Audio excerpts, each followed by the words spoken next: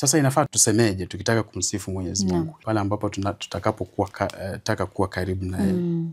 Tutamsifu kwa kipengele cha kwanza, kukataa sifa ambazo zinaweza pewa mwanadamu au zinaweza pewa kitu ambacho kina umbo, kama sifa za kuwa na mkono, sifa za kuwa na uso, sifa ambazo vitu ambavyo vina umbo vinapewa. Kwenye dini ya pili, kwenye kipengele cha pili, kwamba tunakataa sifa ambazo tunampa Mwenyezi Mungu. Kwa akili yetu tunafikiria kwamba sifa zipo, sifa si yule ambaye tunamsifia, bali tuseme kwamba Mwenyezi Mungu ni mkarimu. Ule ukarimu ndio Mwenyezi Mungu. Sio kwamba kuna ukarimu alafu kuna Mwenyezi Mungu. Mwenyezi Mungu is powerful, ana nguvu. Ile hali ya kuwa na nguvu ndio Mwenyezi Mungu.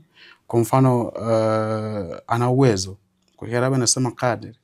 Hiyo kudra ya Mwenyezi Mungu si ati kuna kudra alafu kuna Mwenyezi Mungu, hapana.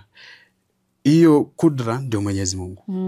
Yaani ni kitu kimoja, na kupitia kwa kumsifu na kuweka kwenye akili kwamba Mwenyezi Mungu sifa haziendi kwake, kwamba sifa ni kitu kingine na Mwenyezi Mungu ni kitu kingine, pale ndipo tutakapomjua Mwenyezi Mungu kwamba Mwenyezi Mungu ni nani.